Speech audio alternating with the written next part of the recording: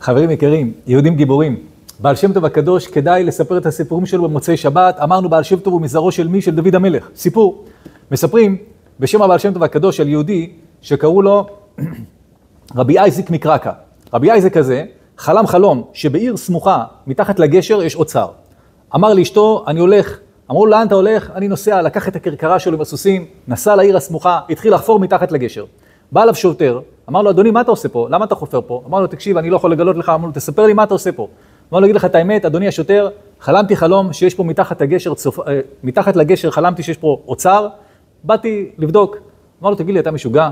נראה לך רציני? אני חלמתי חלום שבעיר קרקה יש יהודי בשם אייזיק, שיש לו, מתחת לתנור שלו יש אוצר. אז נראה לך שאני באמת אסע עכשיו לקרקה לחפש יהודי בשם אייזיק ולחפור לו מתחת לתנור? מה זה השטויות האלה? בבקשה תלך מפה.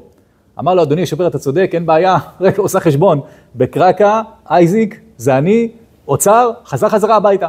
חזרה הביתה, חפר מתחת לתנור ומצא את האוצר.